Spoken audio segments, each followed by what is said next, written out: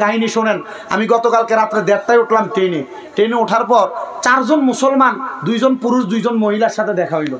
তো দেখা হতে আমি তাদের সাথে কোনো কথা বলি নাই।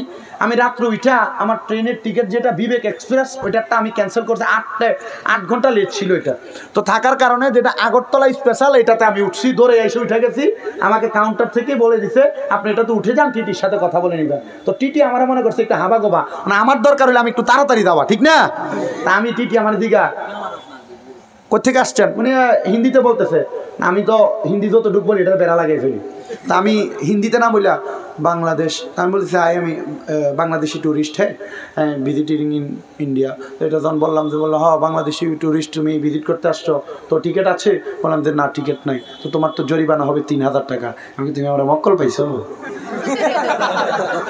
এরা তো ডাইরেক্ট বলা জানে, তো মনে মনে মক্কল পাইছো তুমি আমারে, কিছু কই না। তো চিন্তা করলাম যেহেতু একটা টিকিট কাটলে মোটামুটি স্পেশাল ট্রেন 1500 টাকা লাগিয়ে যাবে, আমি আর 1500ই কইয়া দেখি। তারা বলছে আমি 1500 টাকা দিতে পারবো। তো কয় আমার কাছে তো 1500 টাকা নাই। বলতেছে 1500 হবে না, তোমার 3000 টাকা জরিমানা আসবে, কীভাবে তুমি 1500 দিবা? তা আমি কইলাম ঠিক আছে, আমার চাইতে বেশি তো আমার কাছে, মানে আমি বলতেছি না যে হবে না তো বলতে পারি না, আমার কাছে টাকা আছে। না বললে মিশা কথা হবে না, আমি আর হবে না বলে আমার কাছে তো 1500, আমি আর না বলি না, বুঝতে পারছেন তো? তো টিটি বলছে দেখো কিতনা রুপিয়া হে তোমারে পাস। আমি এখন চিন্তা করতেছি কই হাত দিমু। তো গতকালকে মাহফিল শেষ করার পরে মানুষদের মুসাফা করার সময় হাদিয়া দিছে না নজরানা, আমি আর আমার মাহফিলের মূল হাদিয়া যেটা এটা না বাই কইরা নজরানা যে 10 টাকা 20 টাকা 50 টাকা 100 টাকার নোট এগুলো আমার বাম পকেটে ছিল, এগুলা বাইর করছি।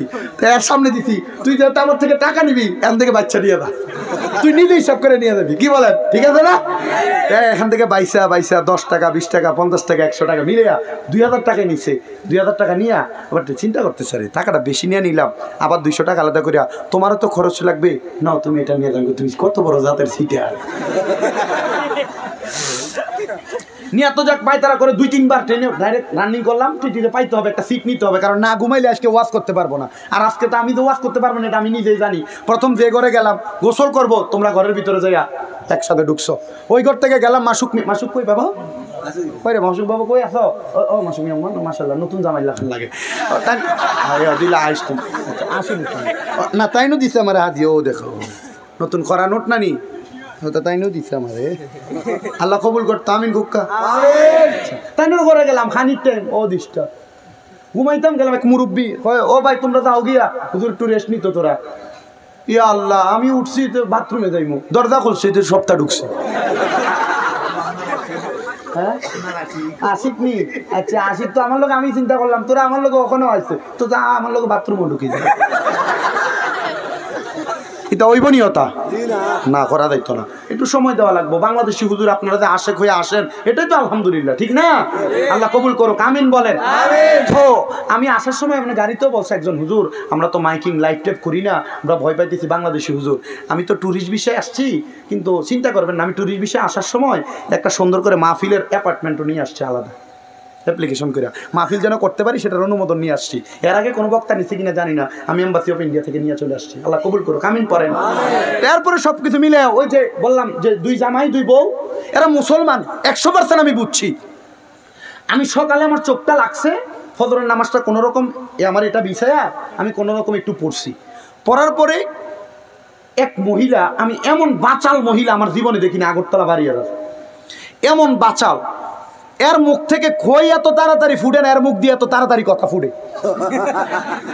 এর জামাইরে কইতেছে হুনচুনি গো কিতা, এক বাংলাদেশি টুরিস্ট আইসলো, ও টিটি তার ব্যাকল বানাইছে, এটা করছে ওটা করছে, তে তো মুখ উকু হয়ে গেছে। আমি তো মনে মনে চিন্তা করি আমার মুখ তো এমনি উকেছে, আমার টিকিটও লাগে উকেছে বেটা। সারা রাস্তা অত দাঁড়াননি দাঁড়াইছে বেটি, আর ও বেটির মতো খাও ও বেটি আমি আমার জীবনে দেখছি না ভাই। তোরা বাদে কয় লওনা জালমুড়ি, তোরা বাদে কয় যাও না সিঙ্গারা আনো না, জাল সিঙ্গারা একটু বাদে কয় ও দেখো ফুরি সমোসা গেছে ওটা আনো, আমি কি আল্লাহ অত খাও ও বেটি নিয়ে বেটি। আর নামাজ দিচ্ছে মুসলমান হিসেবে যে ফর্দা করা ফরজ, ও বেটির জামার যে ড্রেস দেখছি ও জামা দিয়ে আমি ফললে যে কথা না ফললেও কথা, তাহলে মুসলমান হিসেবে কথা বলে না, মুসলমান হিসেবে আমি তো তার ডাইরেক্ট হিট করতাম পারতাম না। তা আমি মোবাইলের ভিতরে আমার এক ভাইয়ের লোকে ফোনে কইলাম, ভাই সাহেব ট্রেনের ভিতরে এমন একটা ফালতু মহিলা কথা বলতেছে, মানে আমি এদেরকে শোনায়া দেখতে বোঝা যাচ্ছে এরা মুসলমান, কিন্তু এরা এই যে নামাজ যাইতেছে এরা এক ওয়াক্ত নামাজও পড়ে না। আমি কি মোবাইল কি চলে শুধু শুধু মোবাইল এমনি দিয়া ভাইজান মুসলমান দুইজন উঠছে, এরা নামে মুসলমান ভাইজান, এরা নামাজ পড়ে না এক ওয়াক্ত ভাই, পর্দা বলতে কিছুই নাই ভাই। এরা কিভাবে যে চলে, এরা মুসলমান দাবি করে, শুধু শুধু বাত করে, শুধু শুধু কথা বলে। তা আমি আবার কইলাম যে আল্লাহ রসুল যে বলছে 6 প্রকারের মহিলাকে বিবাহ করা যাবে না, এর মধ্যে একটা আছে হান্নানা, দুইটা আছে হাত ডাকা, একটা আছে মান্নানা, একটা আছে ঘর রাখা, এমন মোট 6টা। এর মধ্যে একটা আছে যে মহিলারা অধিক পরিমাণ প্রয়োজন ছাড়া বেশি বেশি ঘন কথা বলে, এ মহিলারা আল্লাহ রসুল বিবাহ করতে নিষেধ করছে। আমি কই এমন একটা মহিলাই ট্রেনের ভিতরে উঠছে। এ কথা বলার পর থেকে ভাই সাহেব লামডিং আইছি, লামডিং আওয়ার আগে ও মাত মারছি, এর বাদে আর কোনো মাত নাই। আল্লাহ তোমার বন্দি করার মাধ্যম আমি এখন পাইছি। তো দেখি মাত্র লাগলেই আটকা মোবাইল লইয়া, তোর বেটা কথা করিস কেন? আমি ওলা করিয়া তারা সাবধান করি, আস্তে আস্তে আস্তে আস্তে আস্তে আইছি। আল্লাহ বাঁচাইছে আমারে। আমি যে মেসা বেড়া বুঝছে না, পরে আমার পাঞ্জাবি আছে, টুপি ছিল না, আমি কারণ ট্রেনে ঘুমাবো তো, মুসলমান মানুষ সেটা বোঝেনি আপনারা অবস্থা পরিণতি। পরে আমি ট্রেন থেকে নামার আগে ওই যে বিহারা না কি বলে, বিহারার আগে আমি ওয়াশরুম থেকে উজু টুজু করে টুপিটা লাগাইয়া ব্লেজারটা লাগাইলাম। আর বাজে কি আল্লাহ, ওটা তো মেসা বুঝছেন নি? ওজাত বেটিতেন আপনারা খালাইন বৈরবপুর আছে না নি কি নাই? ও না করে বেটা বেটা নাই বুঝি, ওটা বেটি না থাকে বেটা বাংলাদেশ। আমরা বাংলাদেশ তো অভাব নেই, তো ইন্ডিয়া কি মাথা পুরানি গেছে? ইন্ডিয়াও আছে, আছে না নি? না তোমরা এখন আছে কইতা না, গেলে ধরব। তুমি কইতলাই না নি মেসাবের কাছে আছে, আমার কথা কইতলা, গলার আওয়াজ শুনবো না নি? আপনারা সতা কথা সত্য, আল হক মুররুন, উচিত কথা তিতা ভালো। আপনারা বলেন এমন বজ্জাত মহিলা সোনার বাংলাদেশ সহ এই ইন্ডিয়ার ভিতরেও আছে না নাই? হ্যাঁ বলেন, আছে না নাই? মা বোনদের গলার আওয়াজ অন্য পুরুষ শুনতে পারবে না, এটা পর্দা, মুখের পর্দা। মা বোনদের চেহারা অন্য কোনো পুরুষ দেখতে পারবে না, এটা তার চেহারার পর্দা। মা বোন অন্য কোনো পরপুরুষের সামনে যাইতে পারবে না, এটা তার দেহের পর্দা। আপনারা বলেন মুসলমান হিসেবে মা বোনদেরকে পর্দা করানোর দরকার আছে না? আছে। আছে তোমরার মাথা, তোমরা তা না করিয়া তোমরা বেটিতে নিলে তোমরা তা ঘুরবার লাগে যাও কিনা মাথা নেই যায়নি হুজুর, জানি না স্যার এখন কইতা না তুমি বাজারও ঘুরার। ও বাজারে বাজারে যার আবার বাজার করে দোকানদারি করে মুসলমানের বেটিয়ে করে কিনা? আরে হিন্দু ধর্মের ভাইয়েরা করুক, এটা তাদের বিষয়, তাদের সাথে আমাদের কোনো দ্বন্দ্ব নাই। আছে কোন বিধর্মীদের সাথে আমাদের কোনো দ্বন্দ্ব নাই, ওনারা ওনাদের ধর্ম পালন করবে, কারণ লাকুম দীনুকুম ওয়ালিয়া দীন। ওনারা ওনাদের ধর্ম পালন করবে, আমরা আমাদেরটা। তো মুসলমান হিসেবে তোমার যে কাজ করা দরকার, একজন অন্য ধর্মের ভাই তোমার কর্ম দেখে তোমাকে পছন্দ করে ইসলাম কবুল করবে, তো তোমার কর্মই তো ইসলাম কবুল করার মতো না। এরা যেভাবে চলো তুমিও এভাবে চলো, তো লাভ হলো কি? আল্লাহ আমাদেরকে বোঝার তৌফিক দান করুক। আমিন। এত আসতে বলছে আর আওয়াজ যদি এটা হয় তাহলে বোঝা যায় বেজার। আসলে কি আপনারা খুশি? সবাই খুশি? একটু ডান হাত তুলে দেখান তো কারা কারা বেজার। বেজার আসলে আপনারা কি সবাই খুশি না বেজার? মোহাব্বতের আওয়াজে বলেন খুশি না বেজার? খুশি হলে আবার ডান হাত তোলেন। বিলাল ভাই একটা তাকবীর দিয়ে দাও আমার। ও বিলালি ভাই দিয়ালাও একটা তাকবীর, জোরে দিলাও, কোনা নিব বেটা। ও বিলালি ভাই তাকবীর, তাকবীর,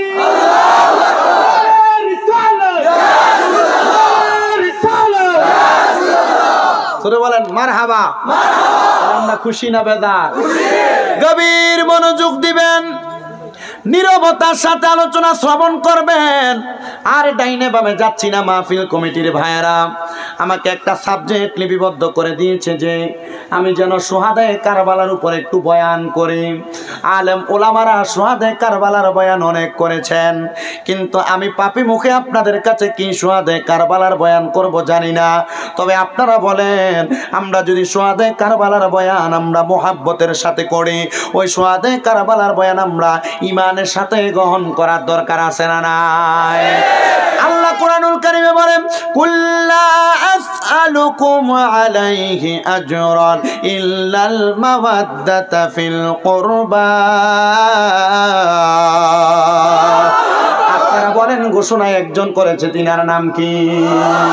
আমার আল্লাহ পাক রব্বুল আলামিন জানায়া দেয়, হাবিব আপনি তাদেরকে জানায়া দেন আমি আল্লাহ তাদের কাছে কোনো বিনিময় চাই না, আমি আল্লাহ তাদের কাছে কোনো কিছুর চাহিদা প্রকাশ করি না, তবে হ্যাঁ ইল্লাল মাওয়াদ্দাতা ফিল কুরবা, যারা আপনার নিকটবর্তী আমি আল্লাহ তাদের কাছে আপনার নিকটবর্তীদের ভালোবাসা চাই। এবার সাহাবায়ে কেরাম বলে, ইয়া রাসূলুল্লাহ, ইয়া হাবিবাল্লাহ, নবী গো, ও মায়ার নবী, আপনার কাছে জানতে চাই আপনার নিকটবর্তী কারা? আমার নবী ডাক দিয়ে বলেন, আমার নিকটবর্তী হলো আমার আহলে বায়াত। ইয়া রাসূলুল্লাহ, আপনার আহলে বায়াত কারা? তাদের পরিচয়টা জানতে চাই। যেহেতু কারবালার বায়াত, কারবালা এমনি এমনি হয় নাই, নবীর আহলে বায়াতের সদস্য ইমাম হুসাইন রাদিয়াল্লাহু তাআলা আনহুর শাহাদাতের বিনিময়ে ওই কারবালার ময়দান প্রতিষ্ঠিত হয়েছে। এবার আপনারা মনোযোগের সাথে শুনবেন, কারবালার বয়ানের মধ্যে কেমন সুন্দর একটা ঘটনা রয়েছে। আল্লাহর নবী রাহমাতুল লিল আলামিন নবীজি একদিন শীতের সকালবেলা নবীজি মসজিদে নববীর মধ্য থেকে বের হইলেন। আর বের হয়ে আমার নবীজি শীতের সকালবেলা কালো রঙের একটা পশমি চাদর আমার নবীজির শরীর মোবারকে মোড়ানো, আমার নবীজি ওই চাদর মোবারকটা শরীরের মধ্যে লাগাইয়া নবী আমার মা ফাতেমাতু জহরার ঘর মোবারকের সামনে দিয়ে চলে যাচ্ছেন। এমন টাইমে আমার নবীজি মা ফাতেমার ঘরের সামনে দিয়ে যখন যায়, আপনারা বলেন মেয়ের বাড়ির সামনে দিয়া বাবা যখন যায়, মেয়েটাকে দেখার জন্য বাবার মন টান চান করে কি করে না? আমার নূরের নবীজি রাহমাতুল লিল আলামিন নবীজি মা ফাতেমার ঘর মোবারকের সামনে দিয়া যখন যায়, আমার নবীজি মা ফাতেমার কলিজার টুকরা দুইটা সন্তান হযরত ইমাম হাসান আর হযরত ইমাম হুসাইন রাদিয়াল্লাহু তাআলা আনহুর একটু মায়া লাগা গেল। আমার নবীজি তাদেরকে দেখার জন্য তাদের হুজরা মোবারকে ঢুকেছে। এ যুবক ভাইরা, এ মুরব্বি বাবাজিরা, পর্দার অন্তরালের মা বোনেরা, ওই হাসান হুসাইনের পরিচয়টা যদি তোমাদেরকে দিতে চাই, আজকে তোমরা তো কষ্ট করে জান্নাতের বাগান মাহফিল শুনতেছো। এই জান্নাতের বাগান মাহফিল শোনার কারণে যুবকরা তোমরা একটা বিশ্বাস অন্তরে রাখবা, আমার আল্লাহ তোমাদেরকে জান্নাত প্রদান করবে। কিন্তু তুমি যদি কালাইনের বৈরবপুর থেকে তুমি যদি শিলচর যাইতে হয়, একা একা যাও না, তোমার সঙ্গে একজন বন্ধু বানায় তারে তোমার সাথী বানায় নাও। এবার তোমার মনে প্রশ্ন থাকতে পারে, হুজুর আমি তো জান্নাতের মধ্যে যাইতে চাই, আমরা ভারতের কালাইনের মুসলমানেরা আমরা সবাই তো জান্নাতে যাইতে চাই, কিন্তু আমরা জান্নাতের মধ্যে কার সঙ্গে থাকবো? আমার মুমিন মুসলমানের দলেরা, আল্লাহর হাবিব সাল্লাল্লাহু আলাইহি সাল্লাম নবী আমার ঘোষণা করতেছে, আল হাসান ওয়াল হুসাইন সাইয়্যিদা শাবাবি আহলিল জান্নাহ। আমার নবী বলতেছে হাসান হুসাইন হইল জান্নাতের যুবকদের সরদার। এই যুবকেরা তোমরা যদি আজকের মাহফিলে তোমরা শেষ পর্যন্ত ইমাম হাসান হুসাইনের মহব্বতে বসতে পারো, তাহলে ইন্তেকাল করার পরে তোমরা জান্নাতে যার সঙ্গে থাকবা তিনি হইল ইমাম হাসান হুসাইন। জোরে বলেন সুবহানাল্লাহ। ফাতেমারে নয়নে মনি হযরত আলীর জান, মা ফাতেমার নয়নে মনি হযরত আলীর জান, ইমাম হোসেন শহীদ হলো কারবালার ময়দান, ইমাম হোসেন শহীদ হলো কারবালার ময়দান। দয়ালে নবীর জবানে কারবালার বয়ানে, দয়ালে নবীর জবানে কারবালার বয়ানে, আওলাদে রাসূল শহীদ হবে হাদিসে প্রমাণে, ইমাম হোসেন শহীদ হলো কারবালার ময়দানে, ইমাম হোসেন শহীদ হলো। ঈদের দিনে নতুন পোশাক পরেন সকলে, হাসান হোসেন কান্দে নানা পোশাক দাও বলে। ঈদের দিনে নতুন পোশাক পরেন সকলে, হাসান হোসেন কান্দে নানা পোশাক দাও বলে। দয়াল নবী করলো দোয়া, ও গো রব্বানা জান্নাত থেকে কুদরতের পোশাকে পাঠাও না। লাল সবুজের সেই পোশাকে কারবালার ঈশান, লাল সবুজের সেই পোশাকে কারবালার ঈশান, ইমাম হোসেন শহীদ হলো কারবালার ময়দান, ইমাম হোসেন শহীদ হলো কারবালার ময়দান। তাহলে যুবকেরা বলো, আমরা সবাই ইন্তেকালের পরে ইমাম হাসান হোসাইনের সদারতে জান্নাতে থাকতে চাই কি চাই না?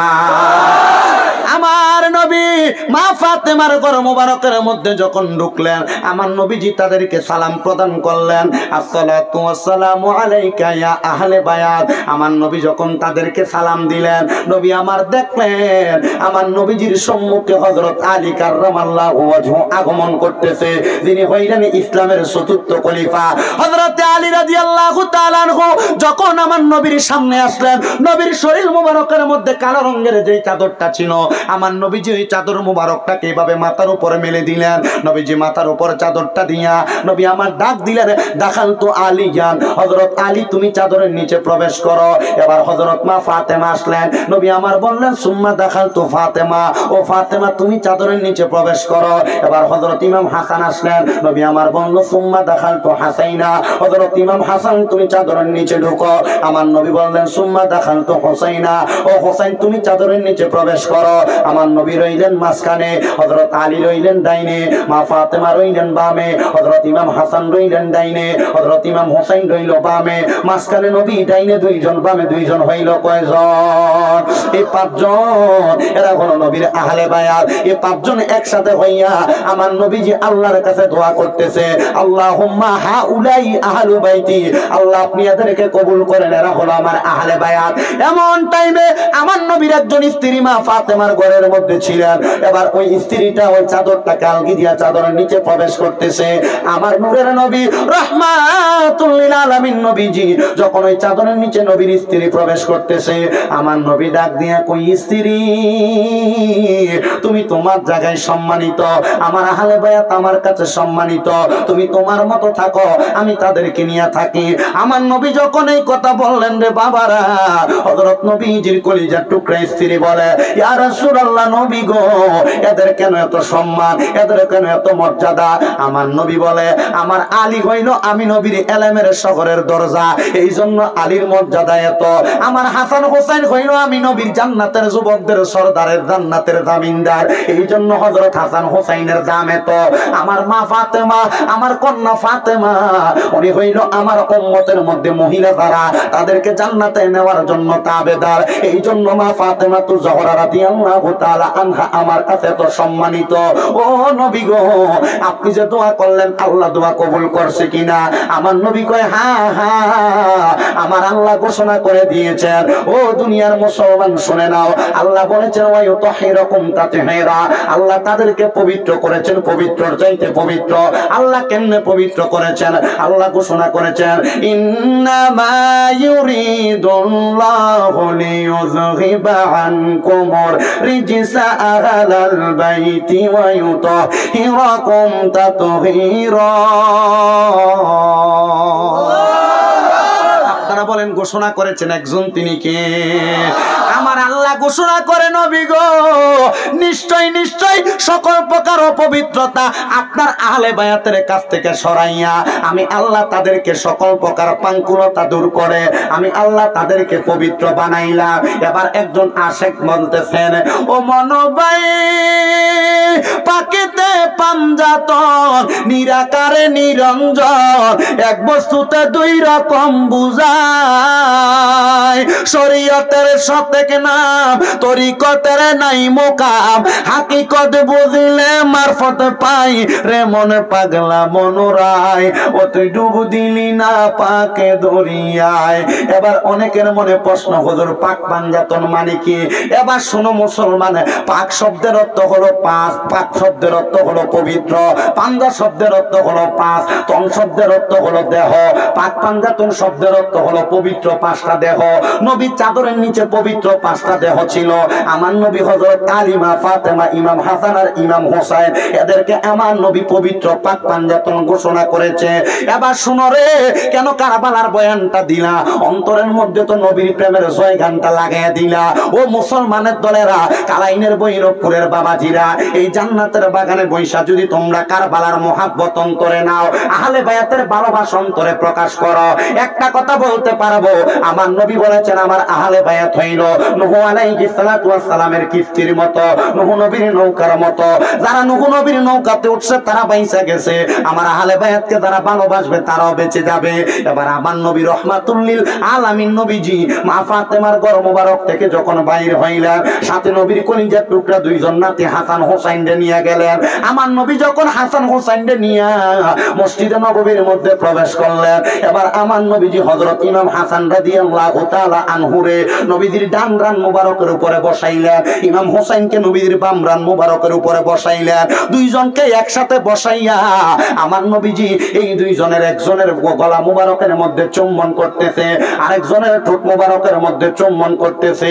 এবার মা ফাতেমা রাদিয়াল্লাহু তাআলা আনহা যখন মসজিদে নববীর সামনে দিয়া যায়, উনি তাকে দেখতেছে নবীজি ইমাম হাসানের ঠোঁটের মধ্যে চুমা দিতেছে আর ইমাম হোসাইনের গলা মোবারকে চুম্বন করতেছে, আর নবীজির চোখ মোবারক গুলা বায়া বায়া পানি পড়তাছে। আমার নবীজির কন্যা জগতের মা ফাতেমা আইসা ডাক দিয়া কই ইয়া রাসূলুল্লাহ, নবী গো,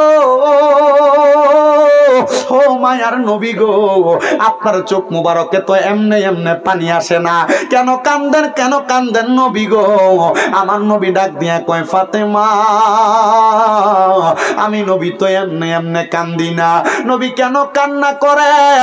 আমার নবী ডাক দিয়া কয় ফাতেমা, আমার আল্লাহ কিছুক্ষণ আগে হযরত জিবরাইল রে দিয়া খবর পাঠাইছে আমার ইমাম হাসান রাদিয়াল্লাহু তাআলা আনহুরে এই কারবালার ময়দানে কুফাবাসীর মধ্যে আমার উম্মত দাবি করবে এমন কিছু উম্মতেরা যাদের মাথার মধ্যে পাগড়ি থাকবে, শরীরের মধ্যে জুব্বা থাকবে, মুখের মধ্যে দাড়ি থাকবে, আবার আমি নবীর উম্মত দাবি করবে, কিন্তু এরা আমার বংশ ইমাম হাসান রে বিস্পান করে মারব। নবী গো, ও নবী গো, মাথায় পাগড়ি টুপি থাকবো, দাড়ি থাকবো, পাঞ্জাবি থাকবো, আবার আপনার উম্মতের মধ্যে এরা উম্মত দাবি করব। ও নবী, আপনার নাতিরে মারবো, নবী আপনার নাতিরে নাকি আপনার উম্মতের জান্নাতের জামিনদার, তাহলে আপনার উম্মতের জামিনদার ওয়ালা ওই হাসান রে কেন মারবো? আমার নবী কয় একমাত্র মসনদের লোভে তারা আমার নাতির গলা মুবারকের মধ্যে ছুরি চালাইবো, মসনদের লোভে তারা আমার নাতিরে মুখের মধ্যে বিষ পান করাইবো। ঠিকই আমার নবীজি চোখ মুবারকের পানিগুলা ছাইরা কান্দে আর ডাক দিয়া কয়, এ ফাতেমা, শুধু তারে বিষ পান করাইবো না, আমি কেন ইমাম হুসাইনের গলার মধ্যে চুমা দেই জানুনি? ইয়া রাসূলুল্লাহ, কেন চুমা দেন? আমার নবী কয় ফাতেমা, শোনে না, আমার হোসাইন রে কারবালার ময়দানের মধ্যে ব্যাককলের দলেরা, ওই বেঈমানের দলেরা আমার নাতির 1200 মতান্তরে 1250 চিঠি দিয়া কারবালায় নিয়ে যাইব, আমার নাতির গলা মুবারকের মধ্যে তারা ছুরি চালাইব, আমি দয়াল নবীজি সহ্য করতে পারবো না। নবী গো, এই জন্য নিয়ে আপনি তার গলা মুবারকের মধ্যে চুম্বন করতেছেন? আমার নবী কয়, হ্যাঁ রে ফাতেমা, আমি এই জন্য গলা মুবারকের মধ্যে চুম্বন করি। ও মায়ার নবী গো, নবী গো, নবী গো, আপনি আমার আল্লাহর কাছে একবার দোয়া করেন না, আমার আল্লাহ যেন এই দোয়াটা কবুল করে নেয়, আমার হোসাইনদের যেন কারবালার ময়দানে তারা কতল না করে দেয়। আমার নবী কয় ফাতেমা রে, ও ফাতেমা, আমি কেমনে দোয়া করতাম রে? আমার আল্লাহ তো বলছে আমার হুসাইন কারবালার ময়দানে যত ফোঁটা রক্ত মুবারক তার গলার মধ্যে তরবারি চালাইলে পড়ব, ওই প্রত্যেক ফোঁটা রক্ত মুবারকের বিনিময়ে আমার আল্লাহ আমি নবীর গুনাহগার উম্মতদেরকে জান্নাতি বানাইয়া দিব।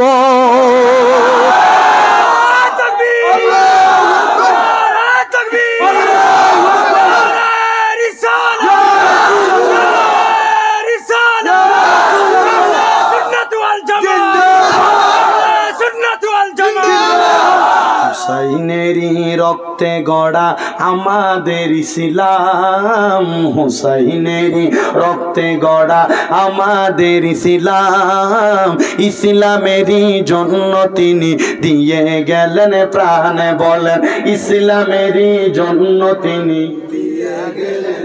আর ইসলাম জিন্দা होता है हर কারবালা কি বাত, ইসলাম তো পরিপূর্ণ জিন্দা হয়েছে কারবালার পরে, কারণ কারবালার ময়দানে ইয়াজিদও নামাজ পড়ছে, ইমাম হুসাইনও নামাজ পড়ছে। ইমাম হুসাইন যদি আল্লাহর কসম 2 রাকাত নামাজ না পড়তো, মুসলমান ইয়াজিদের মতো নামাজ পড়তা। আরে এ মুসলমান, যে নবীর কলিজার টুকরারে আঘাত করছে, এরা যত নামাজ পড়ুক না কেন এদের নামাজ কবুল হবে না। এজন্য মুহাব্বতের আওয়াজে পড়ো, হুসাইনেরই রক্তে গড়া আমাদের ইসলাম, ইসলাম, হুসাইনেরই রক্তে গড়া আমাদের ইসলাম, ইসলামেরই জন্য তিনি দিয়ে গেলেন প্রাণ, বলেন ইসলামেরই দিয়ে গেলেন প্রাণ। ইয়া হোসেন মারহাবা, ইয়া হোসেন মারহাবা, ইয়া হোসেন মারহাবা। কিরে বাবা, ইয়া হোসেন মারহাবা বলতে কষ্ট হবে? যার রক্ত মুবারকের বিনিময়ে ইসলাম জিন্দা হয়েছে তার ব্যাপারে মারহাবা বলতে কষ্ট হবে? তাহলে কারা কারা মারহাবা বলতে পারবা? ডান হাত তুলে দেখাও। এই দুইটা হাতকে নবীর রঙের পতাকা বানাও, আর আমার সাথে আমি যখন ইয়া হোসেন বলবো তোমরা মারহাবা বলবা। ইয়া হোসেন মারহাবা, ইয়া হোসেন মারহাবা, ইয়া হোসেন মারহাবা, ইয়া হাসান মারহাবা, ইয়া হোসেন মারহাবা, ইয়া হোসেন মারহাবা, ইয়া হাসান মারহাবা। হুসাইনেরই রক্তে গড়া আমাদের ইসলাম, হুসাইনেরই রক্তে গড়া আমাদের ইসলাম, ইসলামেরই জন্য তিনি দিয়ে গেলেন প্রাণ, বলেন ইসলামেরই জন্য তিনি দিয়ে গেলেন প্রাণ। এজিদি দলে নামাজে পড়ে কারবালার ময়দান, এজিদি দলে নামাজে পড়ে কারবালার ময়দান, হোসেনের নামাজে পড়ে নবী ক্ষমা পেয়ে যায়, হোসেনের নামাজ পড়ে উম্মত ক্ষমা পেয়ে যায়। বলো হুসাইনেরই রক্তে গড়া আমাদের ইসলাম, হুসাইনেরই রক্তে গড়া আমাদের ইসলাম, ইসলামেরই জন্য তিনি দিয়ে গেলেন প্রাণ। আল্লাহুম্মা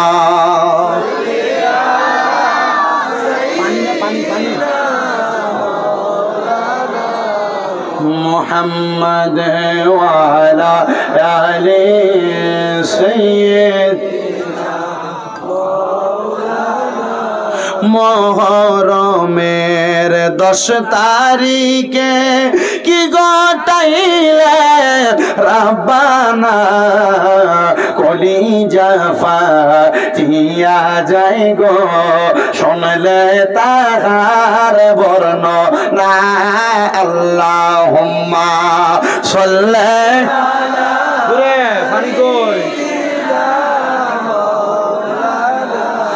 মুহাম্মদ ওয়া আলা আলি সাইয়্যিদিনা। আমার নবী ডাক দিয়ে কয় ফাতেমা রে, ও ফাতেমা শোনো শোনো শোনো রে, আমার হুসাইন কারবালার ময়দানে যত ফোঁটা রক্ত মুবারক মাটির মধ্যে পড়বে, আমি দয়াল নবী রহমাতুল লিল আলামিন নবী আল্লাহর কাছে জিজ্ঞাসা করলাম, আমার আল্লাহ বলছে রে ফাতেমা, আমার হুসাইনের প্রত্যেকটা ফোঁটা রক্তের বিনিময়, আমার নাতির হুসাইনের রক্তের বিনিময় আমার লক্ষ লক্ষ কোটি কোটি গুনাহগার উম্মতরে জান্নাত দিব। আমার নবী এই দোয়া কইরা দিয়া গেছে রে বাবারা। এবার কেমনে ইমাম হাসান শাহাদাত হইল শুইনা নাও। ইমাম হাসান রে একবার না, ইমাম হাসান রে দুইবার না, ইমাম হাসান রে 6 থেকে 7 বার বিষ পান করাইছে, কিন্তু ইমাম হাসানের একবারও বিষ পান করানোর পরে তারা মারতে পারে নাই। ও নবীর নাতি ইমাম হাসান রাদিয়াল্লাহু তাআলা আনহু, আপনি দেখতে কেমন, আপনার পরিচয়টা জানতে চাই। আরে ইমাম হাসান রাদিয়াল্লাহু তাআলা আনহুর ব্যাপারে বলতেছে, ইমাম হাসানের নাভি থেকে মাথার তালু পর্যন্ত দেখতে একবারে আমার নবীর মতো দেখতে। জোরে বলেন সুবহানাল্লাহ। আর ইমাম হুসাইন উনাকে দেখতে নাভি থেকে পায়ের তালু পর্যন্ত একেবারে আমার নূরের নবীজির মতো। ও হাসান, আপনারা এতবার বিষ পান করায় কেন আপনারা বিষক্রিয়া মারতে পারে না?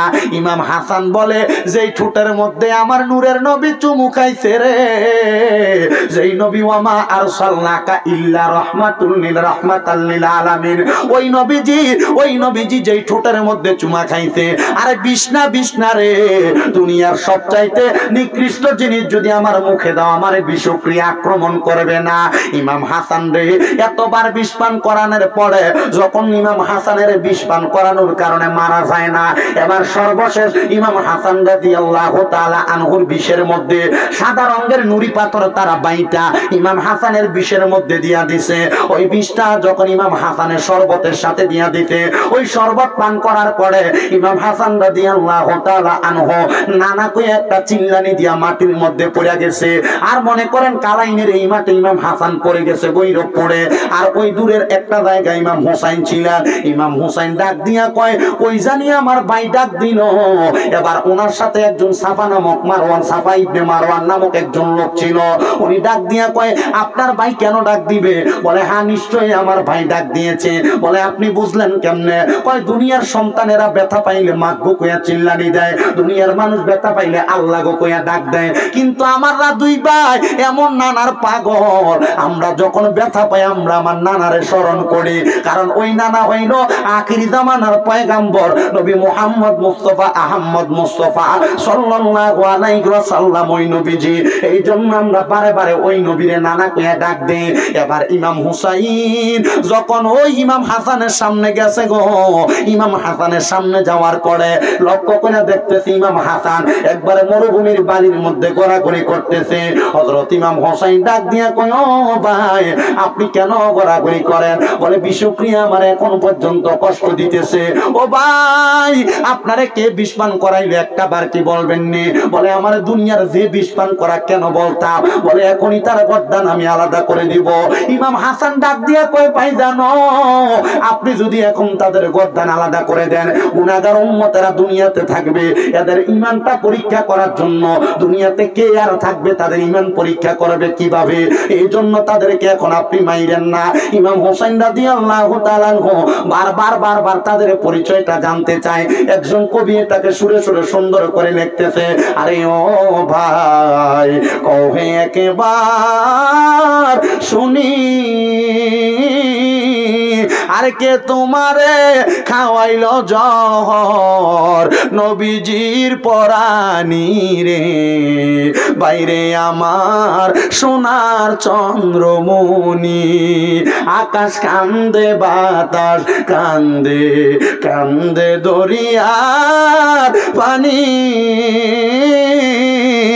ওরে দুই পুত্র হারাইয়া কান্দে জান্নাতে ফাতেমা জননী রে, বাইরে আমার সোনার চন্দ্রমণি।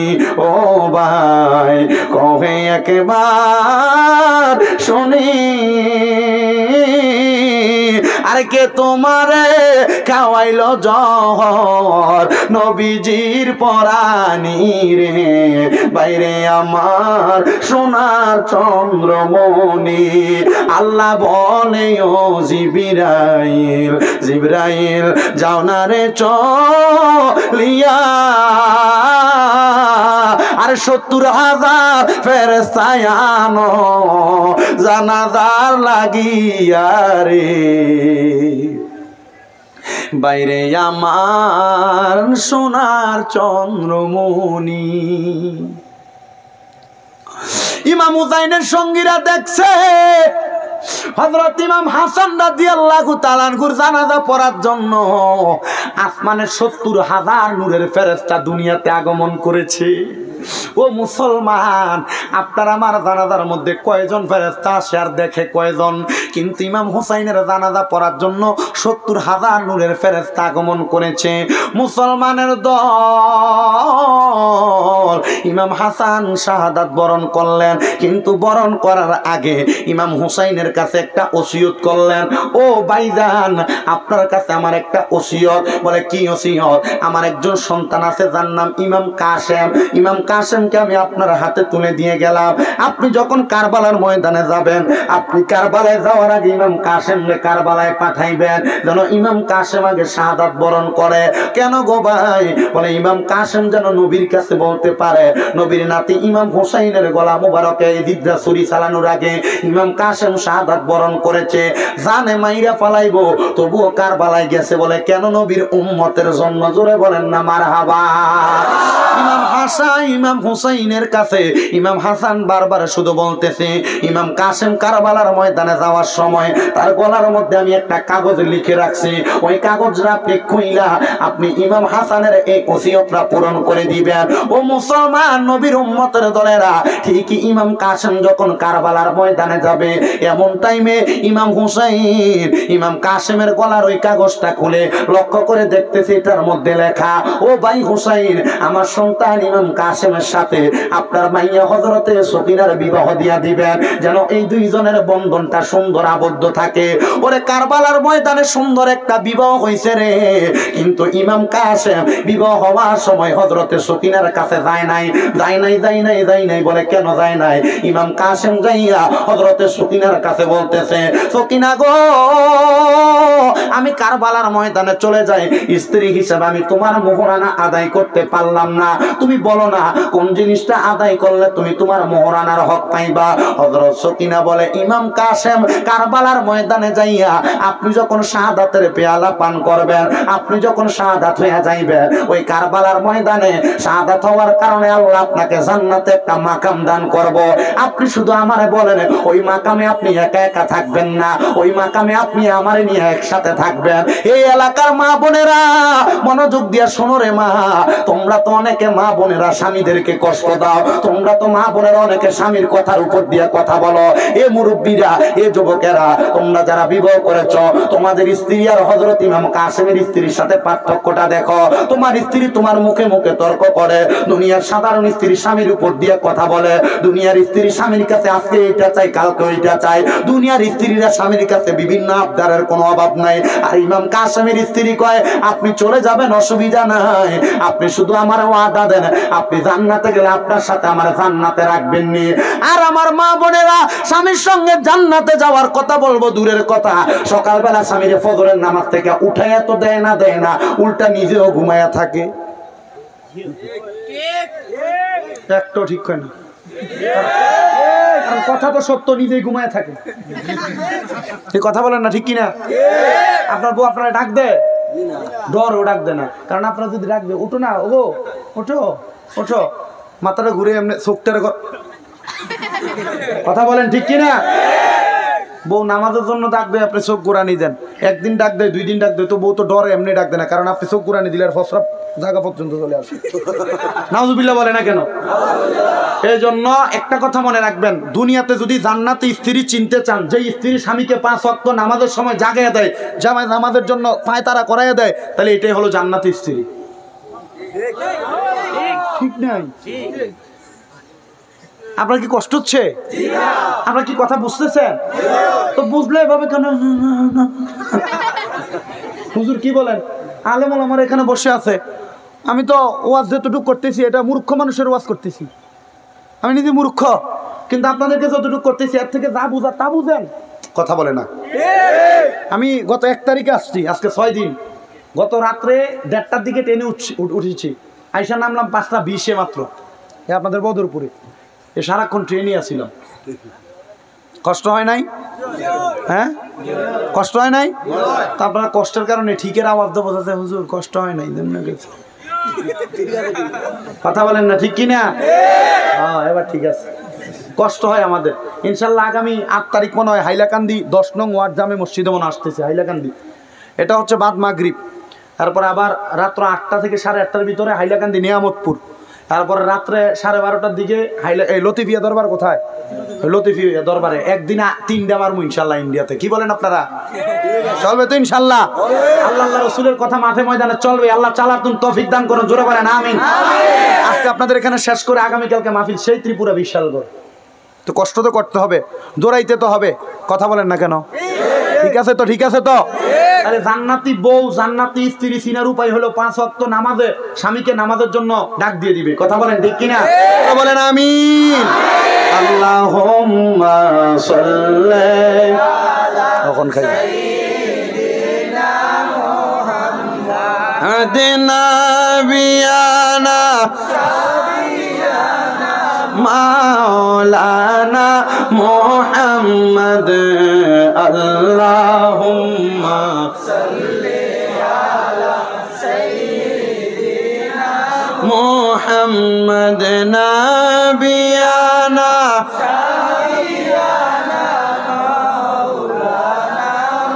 আমরা সবাই গুনাহগার গো নবীজি আপনায় চিনলাম না, সেই কারণে রোজে হাসরে আমাদেরকে বইলেন না আল্লাহুম্মা সাল্লি আলা সাইয়্যিদিনা মুহাম্মাদ নাবিয়ানা জোরে জোরে বাদানো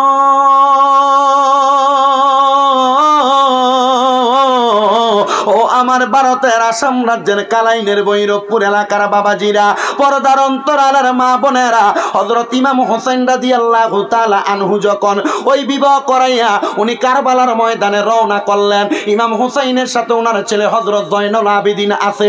যাইতে যাইতে যাইতে যাইতে কারবালার ময়দানের মধ্যে যখন প্রবেশ করলেন, ওই কুফার ময়দানে যাওয়ার আগে কারবালার ময়দানে যখন প্রবেশ করলেন, প্রবেশ করার সাথে সাথে ইমাম হোসেন তাবু বানানোর জন্য হাতের মধ্যে একটা তরবারি নিয়া হযরত জয়নুল আবেদিন নিয়ে যখন রওনা করলেন, রওনা কইরা ওই তরবারি দিয়া হযরত ইমাম হোসেন যখন খেজুর গাছের ডালের মধ্যে আঘাত করলো, খেজুর গাছের ডালে কোনো কষ থাকে না, খেজুর গাছের ডাল থেকে কোনো কষ বাহির হয় না, কিন্তু ইমাম হোসেন যখন কারবালার ময়দানের মধ্যে যাইয়া খেজুর গাছের ডালের মধ্যে কোপ দিলেন, লক্ষ্য করে দেখলেন খেজুর গাছের ডাল দ্বারা রক্ত বের হচ্ছে।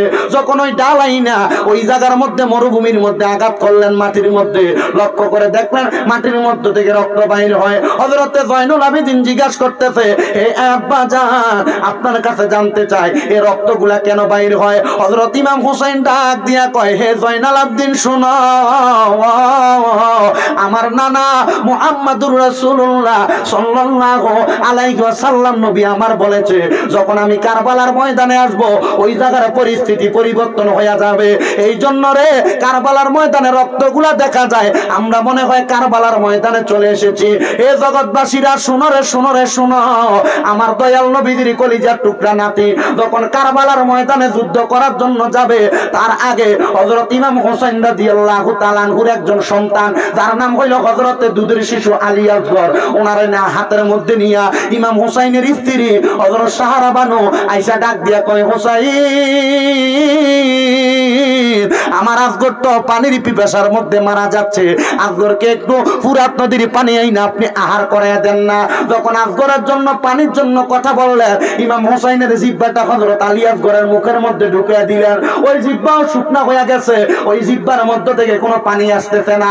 এবার হযরত ইমাম আলী আসগরকে নিয়ে যখন ফুরাত নদীর পারে গেলেন, ওই আজিদের দলেরা হযরত আলী আসগরের বুকের মধ্যে তীর মেরে দিছে। হযরত আলী আসগর দুনিয়া থেকে জান্নাতের পানি পান করে চলে গেছে। ইমাম হোসেন কারবালার ময়দানের আগে বৃহস্পতিবার দিবাগত রাত্রবেলা হযরতে সাহারা বানু নিজের স্ত্রী, ওই স্ত্রীর বুকের মধ্যে হযরত স্ত্রীর ইমাম হোসেনের স্ত্রীর ডান্ডানের মধ্যে মাথাটা রেখে উনি যখন ঘুমাইলেন, কোরআন তেলাওয়াত করতেছে, ডাক দিয়ে কয়, সাহারা বানু, ও সাহারা বানু, আমি হঠাৎ করে কোরআন তেলাওয়াত করতে করতে যখন ঘুমাইয়া গেলাম, আমি ঘুমের ঘরে স্বপ্নে দেখলাম রে আমারে কে জানি আইসা ডাকতেছে, হোসেন তাড়াতাড়ি তুমি কারবালার ময়দান থেকে জান্নাতের দিকে আগমন করো। হযরত হোসেন জিজ্ঞাসা করলেন, কে তিনি, কে তিনি?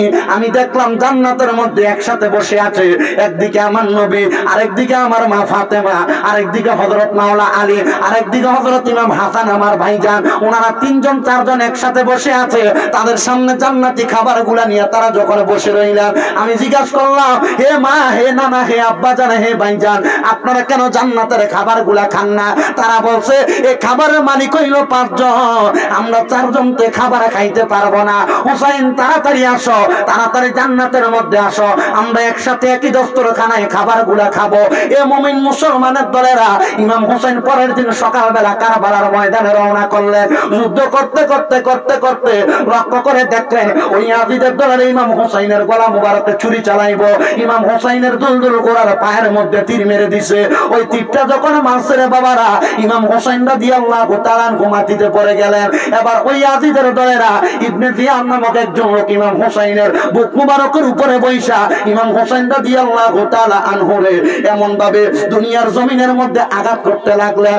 ইমাম হুসাইন কই, এই বুকের মধ্যে তোমরা বইসো না, কারণ এই বুকের মধ্যে আমার নবী সব সময় আদর করেছে, আমার নবী বুক লাগাইয়া আমি ইমাম হুসাইনকে আদর করেছে।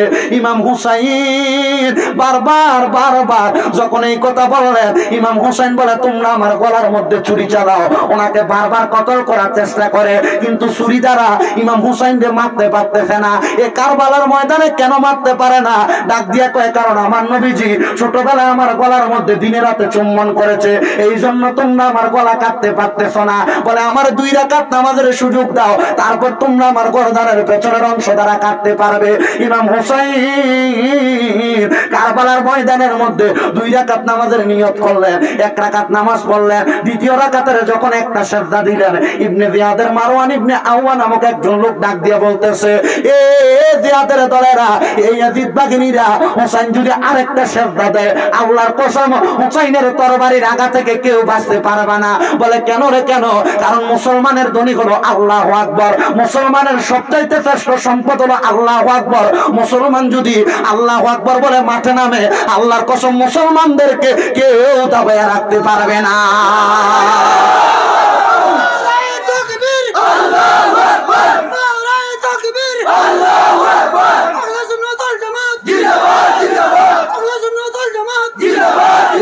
মুসলমানের দল কিন্তু অনস্বীকার্যভাবে ইসলামের জন্য ছাড়া অন্য কোনো বিষয়ে কারোর সাথে মারামারি করা যাবে না, দ্বন্দ্ব করা যাবে না। কোনো হিন্দু বলেন, সনাতন ধর্মাবলম্বী বলেন, এদের সাথে কখনো ঝগড়া করবেন না। আমার নবী বলেছে তোমরা তোমাদের ধর্ম নিয়ে থাকবে, যার যার ধর্ম তার কাছে বড় মর্যাদাবান, এদের ধর্মকে তোমরা ঘৃণা করবে না, তবে তোমরা তোমাদের ধর্মটাকে ভালোভাবে পালন করবা, এদের সাথে কোনোদিন কোনো দ্বন্দ্বের মধ্যে যাবে না। তবে মুসলমান একটা কথা মনে রাখবা, ইসলাম ধর্মের উপর আঘাত আসলে কোন মুসলমান কোনদিন ঘরে বসে থাকবে না। হুসাইন ডাক দিয়া বলতেছে, আমি যখন নামাজ পড়লাম রে, নামাজ পড়ার পরবর্তী সময়ে তারা আমারে পরিপূর্ণ নামাজ পড়তে দেয় নাই। ইমাম হুসাইন রাদিয়াল্লাহু তাআলা আনহু 3টা সেজদা দিয়েছে, একটা সেজদা বাকি ছিল। ইমাম হুসাইনের গর্দানের মধ্যে তাড়াতাড়ি ছুরি চালাইয়া দিছে। আর শুধু ছুরি চালায় নাই, ছুরি চালাইয়া গর্দান আলাদা পড়ে আছে, দেহটা আলাদা পড়ে আছে। মতান্তরে ইমাম হুসাইনের বুক মুবারকের মধ্যে তীর মারতে মারতে মারতে মারতে বুকটারে ঝাঁঝরা করে ফেলেছে। শুনো রে, মা ফাতেমা দুনিয়াতে থাকা অবস্থায় আমার নবী এই কল্লা কাটার ঘটনা যখন বললেন, আমার নবীজিরে মা ফাতেমা ডাক দিয়া কয়, নবী গো, দুনিয়া থেকে যাওয়ার আগে মাত্র 2 রাকাত নামাজ আদায় করবে হুসাইন, পরিপূর্ণ পড়তে দিবে না। আপনি আমার আল্লাহরে বলেন না আমার হুসাইন যেন বাকি একটা সেজদা দেওয়ার পরে তার কল্লাটা আলাদা করে। আমার নবী ডাক দিয়া কয়, এ ফাতেমা শুনো রে, আমার হুসাইনে 3টা সেজদা দিব দুনিয়ায়, আরেকটা সেজদা দিব জান্নাতের মধ্যে। নবী গো, নবী গো, নবী গো, আরেকটা সেজদা জান্নাতে কেন দিব? আমার নবী ডাক দিয়া কয়, ফাতেমা রে, আমার হুসাইন যখন জান্নাতের মধ্যে আরেকটা সেজদা দিব, আল্লাহর কুদরতি কদমে দিব, আল্লাহর কুদরতি কদমে সেজদা দিয়া আমার হুসাইন মাথা উঠাইবে না, মাথা উঠাইবে না। নবী গো, কেন কেন কেন গো? আমার নবী ডাক দিয়া কয়, আমার হুসাইন ওই জায়গার মধ্যে থাইকা যতক্ষণ পর্যন্ত আমার গুনাহগার লক্ষ লক্ষ কোটি কোটি উম্মতরে আল্লাহ জান্নাত না দিব, আমার হুসাইন জান্নাতের মধ্যে মাথা উঠাইবে না। মুসলমান, যেই হুসাইন আপনার জন্য আমার জন্য ওনার সেজদা দিবে, মাথা উঠাইবে না, যেই হুসাইন ওনার নিজের জীবন দিয়া দিল, আপনারা বলেন ওই হুসাইনের ভালোবাসা, ওই হুসাইনের মুহাব্বত আমরা সবার অন্তরে আছে না নাই? আর কার অন্তরে আছে? ডান হাত তুলে একবার বলেন ইয়া হুসাইন, আরেকবার বলেন ইয়া হুসাইন, আরেকবার বলেন ইয়া হুসাইন। ও মুসলমান, ইমাম হুসাইন কারবালার ময়দানে নামাজ পড়ছে 2 রাকাত। এই দুনিয়ার জমিনে, এই বৈরবপুর এলাকার কালাইনের বৈরবপুরে 4 নং জামে মসজিদে অনেক মানুষ নামাজ আদায় করে। ওই নামাজের মধ্যে মানুষগুলা পড়তে যদি অসুবিধা হয়, এত সুন্দর একটা মসজিদ হবে, এই মসজিদটার জন্য একজন মানুষ বলবেন, হুজুর আমার মা নাই, আমার মার জন্য একটু খাস করে দোয়া করবেন। হুজুর আমার বাবা নাই, আমার বাবার জন্য একটু খাস করে দোয়া করবেন। এই মসজিদের কাজের জন্য আমি একজন সন্তান আমার মা বাবার জন্য 10,000 টাকা দান করব। এখন দিতে পারলে এখন দিবেন, এখন না পারলে আপনি 1 মাস পরে, 2 মাস পরে, 5 মাস, 1 বছর পরে দিবেন। হুজুর, আমার মা আমারে বড় আদর যত্ন করে মানুষ করছে, আমি যদি আমার মায়ের জন্য, আমার বাবার জন্য মাসে মাসে 1000 টাকা করে দান করতাম, তাহলে তো আমার 12 মাসে 12,000 টাকা লাগতো। একটা মায়ের পাগল, একটা বাবার পাগল, মা বাবারে মোহাব্বত করে 10,000 টাকা দিবে মসজিদের জন্য। কে আসো একজন শুধু হাতটা বাড়াইয়া বলবা? আছেন কেউ? হুজুর, আমি আমার মাকে ভালোবাসি।